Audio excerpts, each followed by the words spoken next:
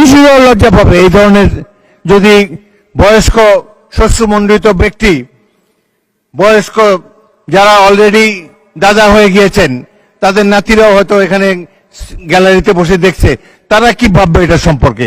আপনারাই তো আমাকে স্পিকার বানিয়েছেন, আমি এই সংসদের কাস্টোডিয়ান, অভিভাবক।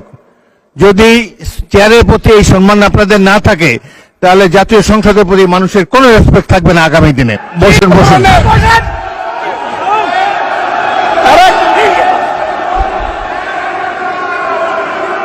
তারা কি ধরনের আচরণ করছে? আচ্ছা, আজকে তাদেরকে, মাননীয় সদস্যবৃন্দ, মাননীয় সদস্যবৃন্দ, একটু মনোযোগ দিয়ে আমার কথাটি শোনার চেষ্টা করুন।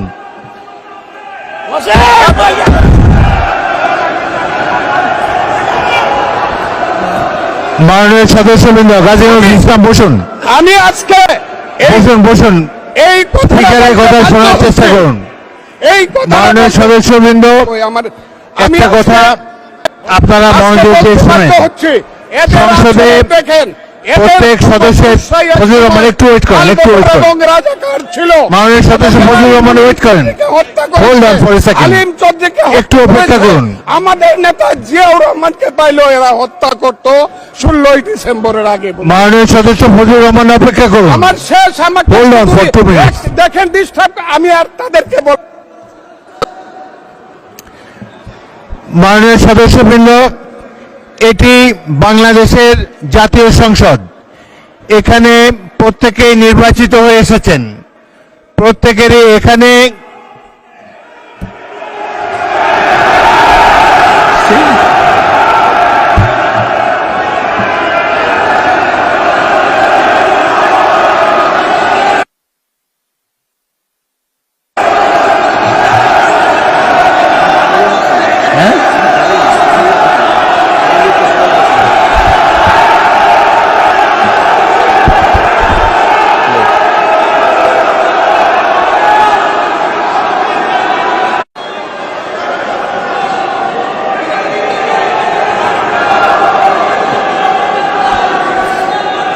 মাননীয় সদস্যবৃন্দ বসুন, বসুন বসুন প্লিজ।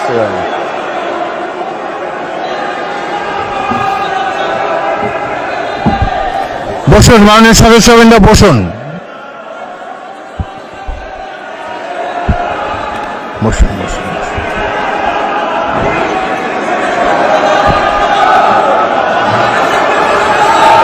মাননীয় সদস্যবৃন্দ,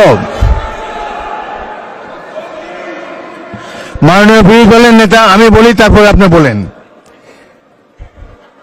মাননীয় সদস্যবৃন্দ, এটি আপনারা সবাই, মাননীয় সদস্য ফজলুর রহমান আপনি বসেন, বসুন, আপনি বসুন, আপনার সুযোগ দেওয়া হবে বক্তব্য শেষ করার জন্য। মাননীয় সংসদ সদস্যবৃন্দ, সারা জাতি দেখছে, লাইভ টেলিকাস্ট হচ্ছে, সবাই আপনারা নির্বাচিত সদস্য, এখানে সবাই জনগণের ভোটে নির্বাচিত সদস্য। আমি প্রতিদিনই বলি যে রুলস অফ প্রসিডিওর বইটা একটু পড়েন। যদি এই সংসদ যদি বিধি মোতাবেক পরিচালিত না হয়, এটি আর জাতীয় সংসদ থাকবে না।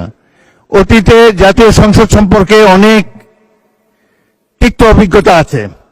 প্রথমে নজমুল হুদা তৎকালীন মাননীয় সদস্য একটা বক্তব্য করলেন, সদস্যরা ওয়াকআউট করে চলে গেলেন, আমরা ভাবলাম যে আধা ঘন্টা পরে ফিরে আসবে। ওই বয়কট 2 বছর চলেছে। সুতরাং সামান্য কারণে উত্তেজনা সৃষ্টি করা ঠিক নয়। প্রত্যেকেরই বাক স্বাধীনতা আছে। প্রত্যেক সদস্য এখন ইভেন 370 বিধিতে দলীয় হুইপ নেগলেক্ট করে, উপেক্ষা করেও ব্যক্তিগত মতামত এখন সবাই দিতে পারেন। এখানে প্রত্যেকেরই বাক স্বাধীনতা আছে। যদি কোনো সদস্য, সরকার দলের সদস্য আর বিরোধী দলের সদস্যের মত এক হবে, এমন তো হতে পারে না। এই জন্য একটি সরকারি দল, একটি বিরোধী দল এখানে আছে, জনগণই এভাবে নির্ধারিত করে দিয়েছে। যদি সরকারি দলের কোনো সদস্য তার বক্তব্যে আপনাদের আপত্তি থাকে, আপনারা এরপরে তো plenty of time is there, আপনারা তার বিরুদ্ধে তিনি যা বলেছেন সেই যুক্তি খণ্ডন করুন। তিনি ভুল বললে তাকে পাল্টা অভিযোগ করেন তার বিরুদ্ধে। কথা বলার সময় তো সুযোগ আছে, কিন্তু এই যে শিশুরাও লজ্জা পাবে এই ধরনের, যদি বয়স্ক শ্বশ্রুমণ্ডিত ব্যক্তি, বয়স্ক যারা অলরেডি দাদা হয়ে গিয়েছেন, তাদের নাতিরাও হয়তো এখানে গ্যালারিতে বসে দেখছে, তারা কি ভাববে এটা সম্পর্কে। আরেকটি জিনিস হলো, সংসদের স্পিকার যখন দাঁড়ায় তখন এটি অবশ্য কর্তব্য সবাই এখানে বসে পড়বেন। যদি আমাকে তো আপনারাই তো আমাকে স্পিকার বানিয়েছেন, আমি এই সংসদের কাস্টোডিয়ান, অভিভাবক। যদি চেয়ারের প্রতি এই সম্মান আপনাদের না থাকে, তাহলে জাতীয় সংসদের প্রতি মানুষের কোনো রেসপেক্ট থাকবে না আগামী দিনে। আপনারা বলতে পারেন freedom of speech is there, Fazlur Rahman সাহেব যা বলেছেন এরপরেই আপনাদের একজনকে টাইম দেব, প্রয়োজন হলে টাইম বাড়িয়ে দেব, তার যুক্তি খণ্ডন করুন।